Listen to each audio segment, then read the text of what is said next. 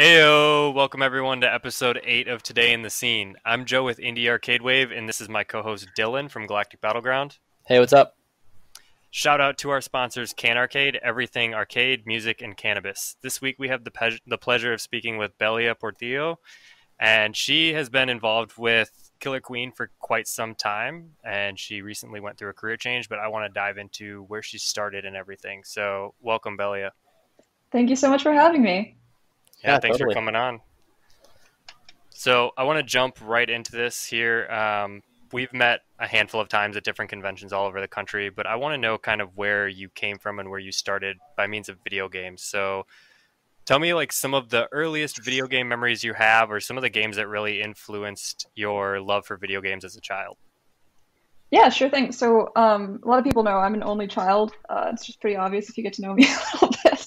And yeah, so as an only child, I didn't have like the distractions of like siblings or anything like that. So all I really had was video games, and we were a Sega Genesis household. So definitely some of my favorite early games were Sonic the Hedgehog. Huge fan of that one. Comic Zone, which not a lot of people know about, but I would replay that game over and over again. Just, I have a ton of Sega games that I still have to this day.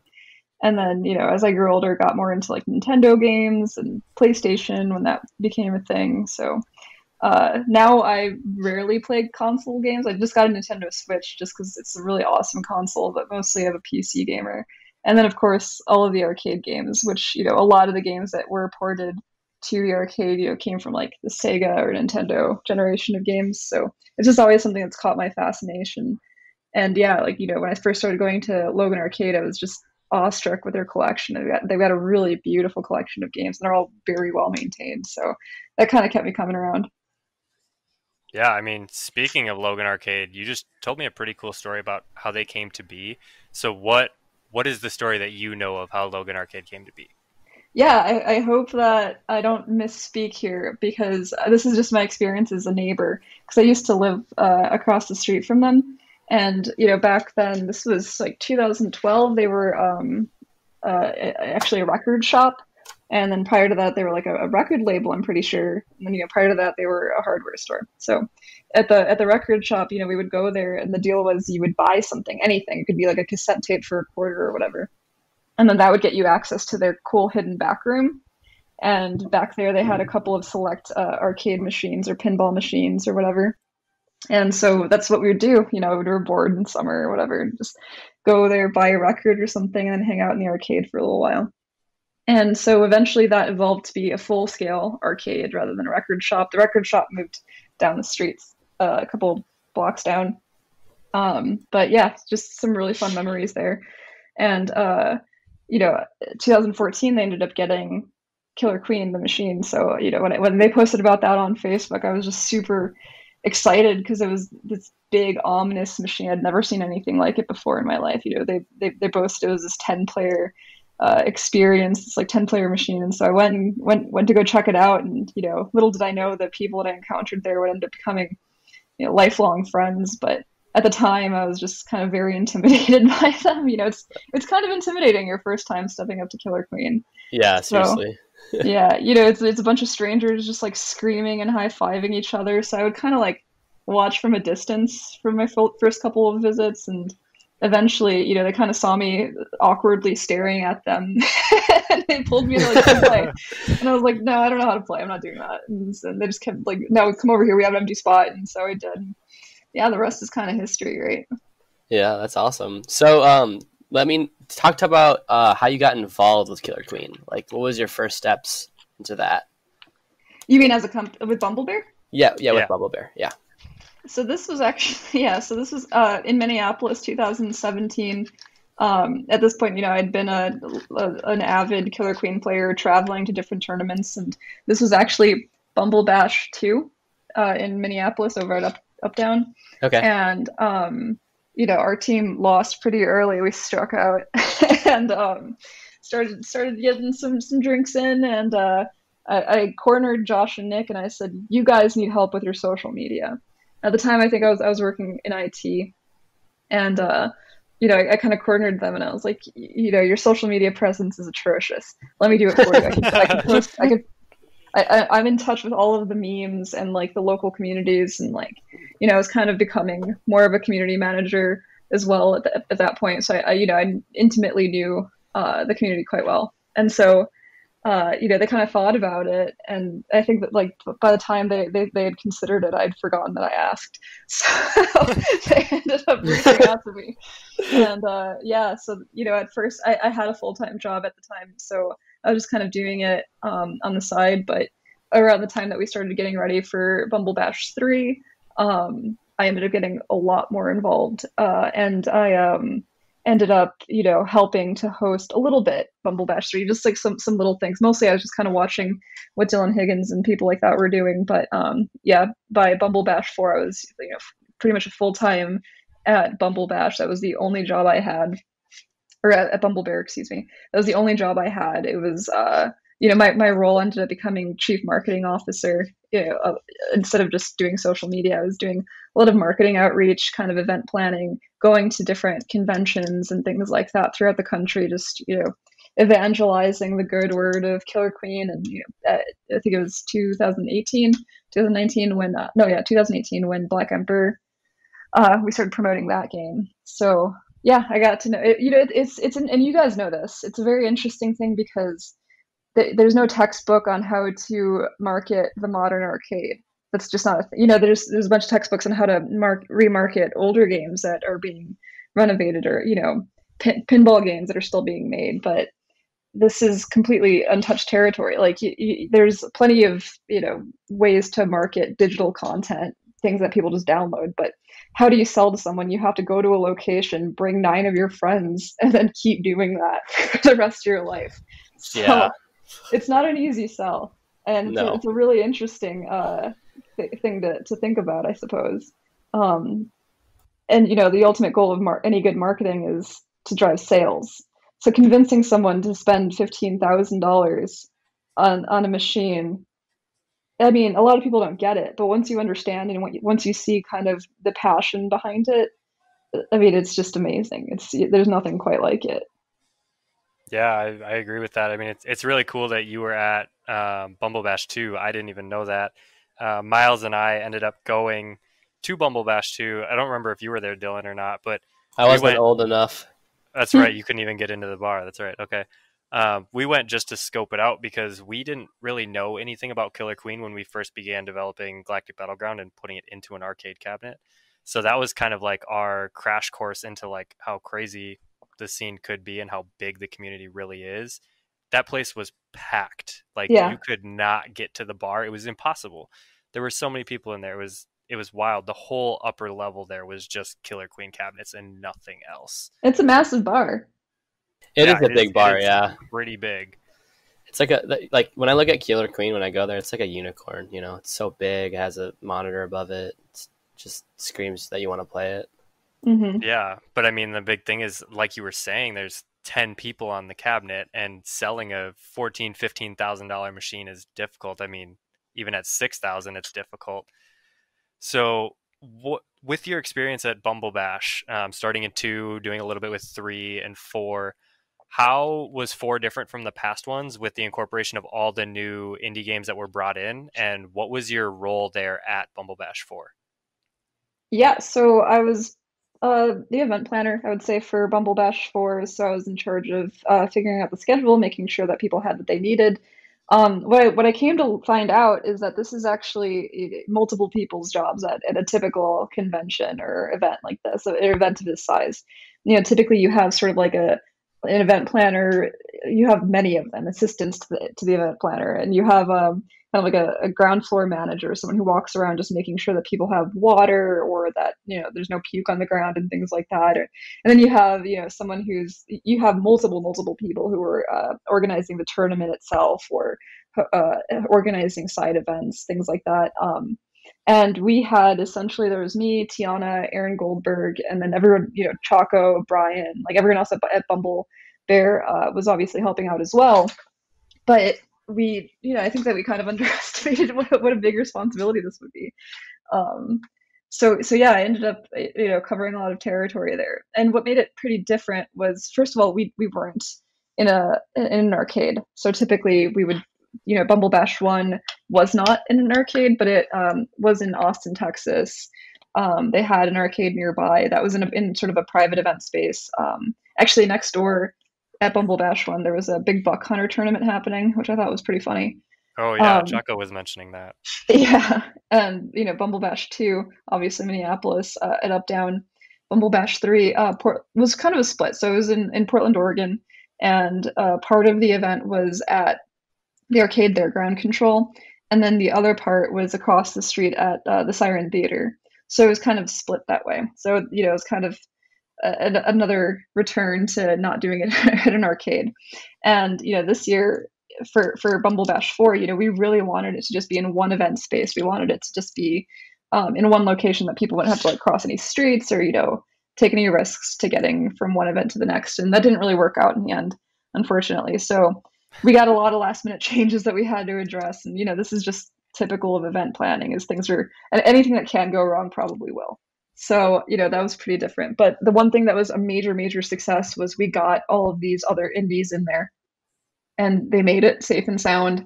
And it was such a beautiful, I've never seen so many games that I wanted to play in one place. The only thing I could think of is like Glitch Bar. I think that Glitch Bar in South Florida, they have a really excellent collection of these kind of modern arcade games.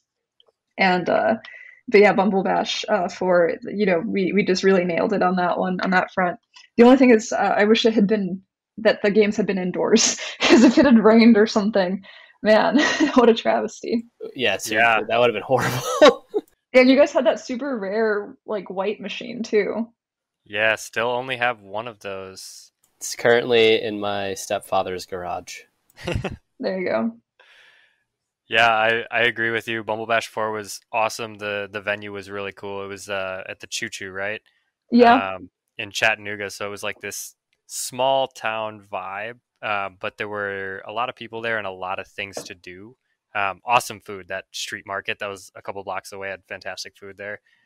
And yeah, all the games that came, we had Death Ball, Switch and Shoot, Cosmotrons, Armed and Gelatinous, Galactic Battleground, Killer Queen, Black Emperor, like pretty much all the big indies that are out right now in one place. And like you said, I mean, Glitch Bar has an awesome collection. I went down there for Queen's Gone Wild in, I think that was in February, and that was crazy. I've never seen pretty much every single indie in one arcade. It's usually and they just got their have two or Black three of them. Emperor.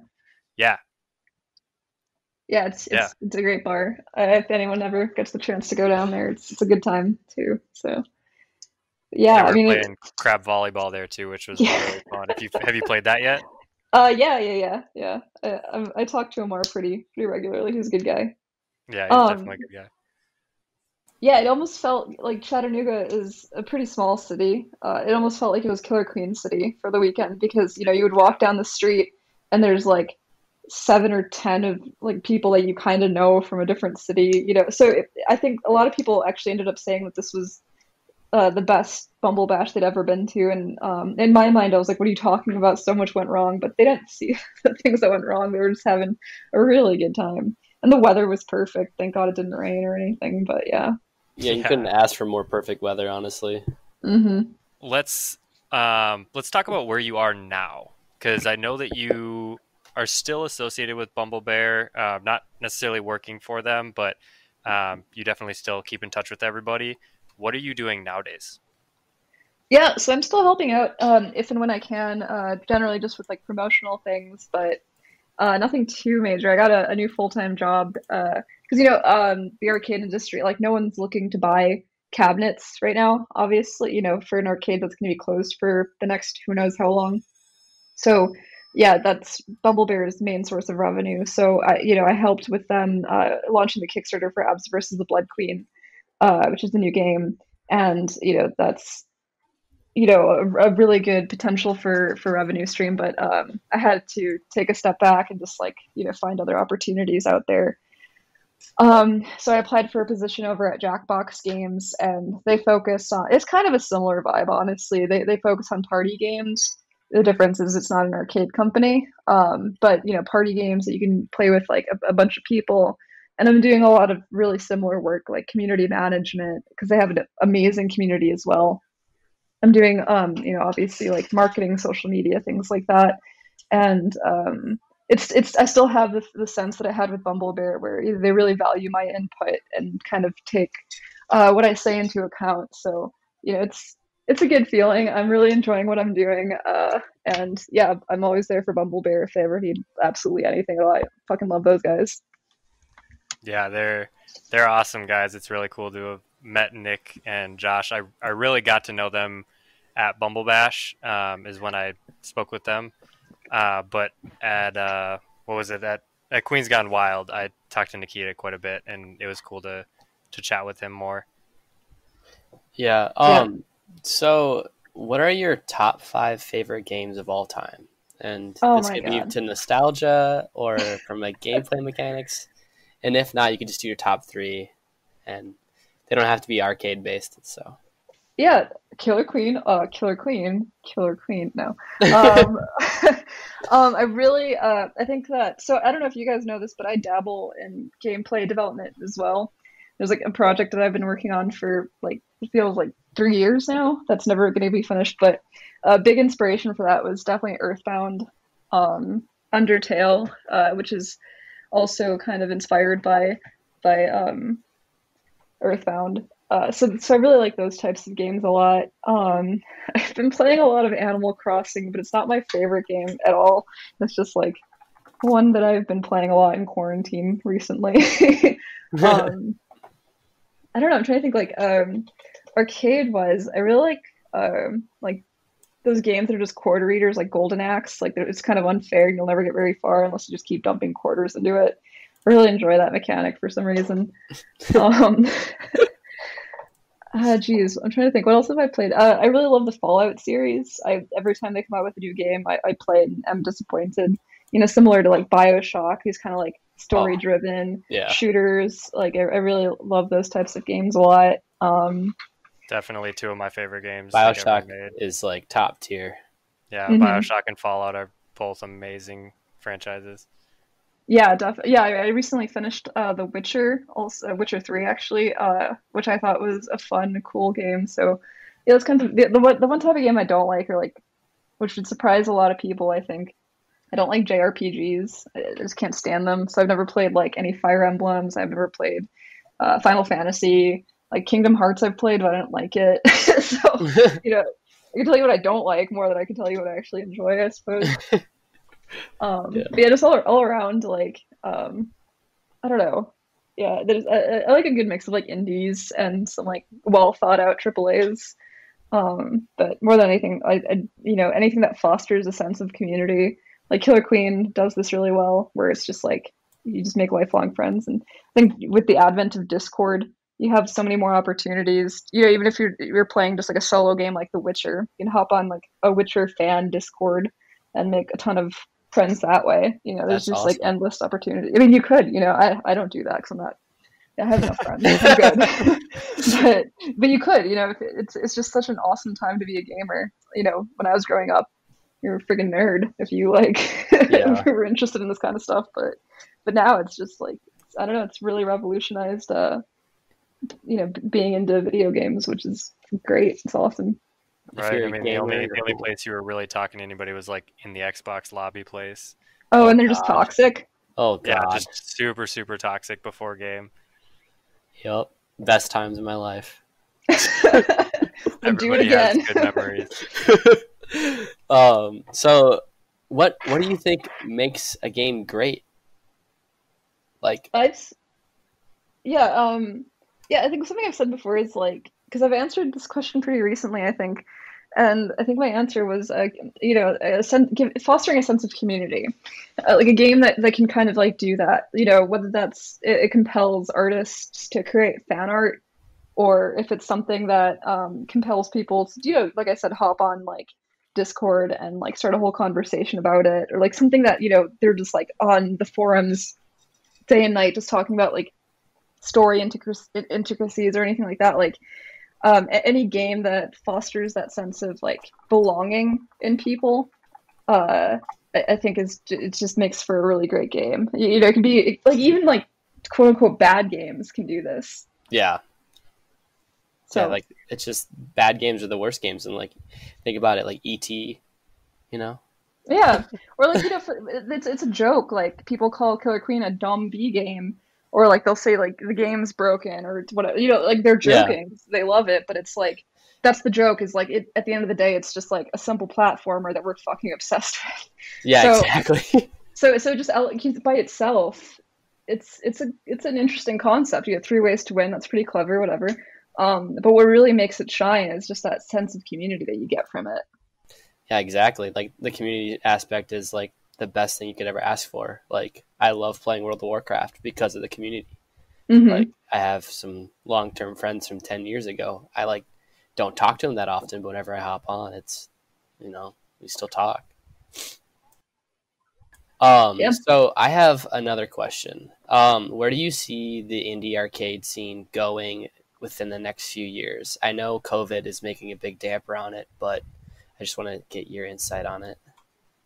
Yeah, unfortunately, it might be going to downloadables. That might have to, because if uh, public spaces stay closed for a lot longer, I think that Bumble Bear got a really good jump on it. A few weeks into quarantine, they kind of saw the writing on the walls super quickly and started doing everything they could to get this off the ground. So I think that might be kind of the way to keep the companies just afloat or alive until things do reopen and they're able to sell their machines again. I mean, outside of that, people have explored options of like having like remote controllers so they can like stand far away, and I just don't see it happening. Yeah, that It's doesn't sound unfortunate. good. Yeah, it is really unfortunate. Yeah, I mean the camaraderie of the arcade is definitely the rubbing elbows with your opponents and being in their face, being able to talk trash. So I think you're right with the downloadable side because you can at least still get people into the game and be able to play the game. And then when arcades open up, they'll be looking for these games in the arcade because they know that's where they were based at. Hmm. Yeah, and it's like you said, rubbing elbows, standing, like 6 inches apart, not 6 feet apart. It's like the number one thing that arcades are looking to. That's like the reason that they're staying closed right now. Yeah. So it's not looking good. I've got plenty of friends who own and operate similar businesses, and I wish I could say, don't worry, it'll be okay, but I don't. I just have no idea. It's not that I'm thinking it'll be bad. I don't know where things are going.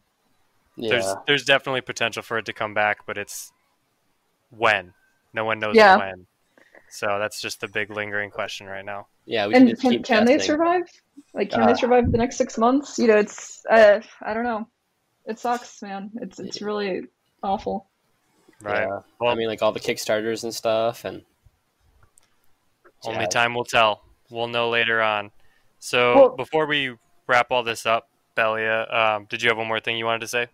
yeah, I was just gonna say like a sign of hope because that's kind of a downer to leave off on. But one good thing is that video games in general have been doing super well in terms of sales. It's just like a really ripe market right now. Like people are staying home, they want to play video games. I think more people are becoming video game literate. Like more people are learning about Steam, what that is. They're learning more about the types of games they like.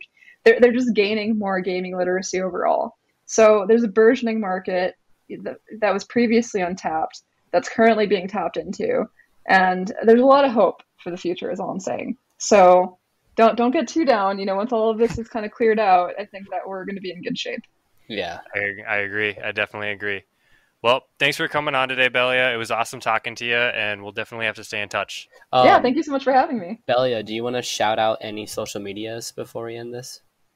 Yeah, check out Abs versus the Blood Queen. Help keep people who do awesome things able to do awesome things. Check it out. We've got a Facebook Kickstarter. I'm sure Choco plugged all this stuff as well, but I'll send you guys the links. Okay, perfect. Awesome. Well, we'll be back next Friday with another episode. Until then, peace out. Later, Peace out. later, Peace out. later. Peace out.